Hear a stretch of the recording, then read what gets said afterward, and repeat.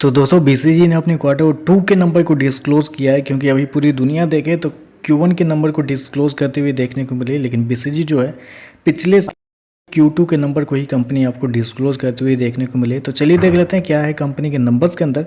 Data basically यहाँ पे लाख्स में दिया गया है, मैं आपको क्रोस में कन्वर्ट करके देता हूँ, समझाता हूँ कैसे क्या हुआ है।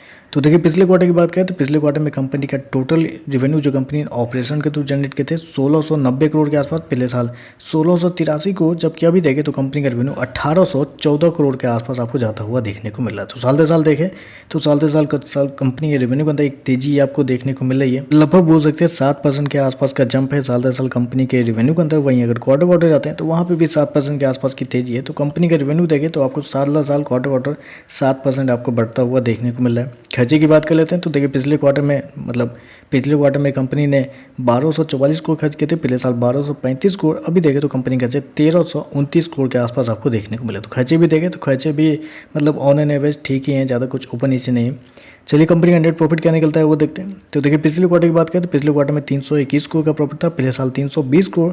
अभी देखें तो कंपनी का प्रॉफिट 352 करोड़ के आसपास आपको जाता हुआ देखने को मिला है। तो साल दर साल देखें तो साल दर साल कंपनी के प्रॉफिट के अंदर भी लगभग बोल सकते हैं 10% के आसपास की तेजी आपको देखने को मिली। जबकि क्वार्टर क्वार्टर जाते हैं तो क्वार्टर क्वार्टर कंपनी के प्रॉफिट के अंदर वहाँ पे भी बोल सकते हैं 9% के आसपास की तेजी है। तो क्वार्टर क्वार्टर साल दर साल कंपनी का जो प्रॉफिट है वो आपको बढ़ता हुआ देखने को मिल रहा है। इस नंबर को देख के एक चीज़ तो हैरान यहाँ पे कंपनी कर रही है, वो ये है कि अगर कंपनी के नंबर अच्छे हैं जो यहाँ पे कंपनी ने दिए हैं, रिवेन्यू प्रॉफिट सारा कुछ आपका बढ़ता हुआ देखने को मिल रहा है, तो आप एक साल पीछे क्यों चल रहे हैं? आपने क्यों नहीं अपने क्वार्टरली नंबर को टाइम पे आपने डिस्क्लोज़ किया?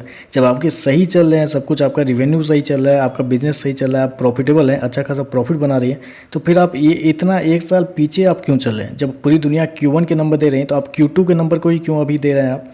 ये मेरे हिसाब से ये कंपनी थोड़ा सा खुद के पैरों पे कुल्हाड़ी मारी है। अगर कंपनी के नंबर अच्छे हैं, जेन्युइन है, तो कंपनी ने खुद के पैरों पे कुल्हाड़ी मारी है।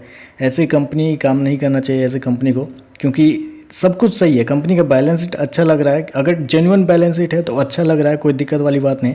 इतना अच्छा खासा प्रॉफिट कंपनी बना रही है तो फिर ऑडिट टीम को क्यों नहीं कंपनी पहले ही हायर कर ली थी? दिक्कत है, ये सब तो दिक्कत है कंपनी के साथ। ईपीएस पिछले क्वार्टर में 1.59, पिछले साल 1.59, अभी देखें तो 1.74 के आसपास है। जब कंपनी को बोला जाता है कि आपके शेयर को डिलिस्ट कर दिया जाएगा, आपके शेयर की ट्रेडिंग बंद कर दी जाएगी, फिर कंपनी आती है बोलती है कि नहीं नहीं हम अपनी क्वार्टरली नंबर को डिस्क्लोज करेंगे।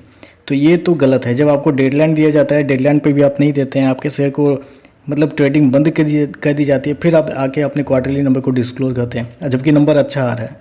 समझ के बाहर है कि या तो कंपनी के नंबर्स को उलटफेर किया जाता है, या कंपनी के मैनेजमेंट जो है वो बहुत बड़े क्या बोले आप समझ ही गए कि वो बहुत उस टाइप के आदमी हैं। तो चलिए बस आज के लिए बस इतना ही। वीडियो पसंद आया तो लाइक कीजिएगा, साथ में साथ चैनल को सब्सक्राइब जरूर कीजिएगा। धन्यवाद।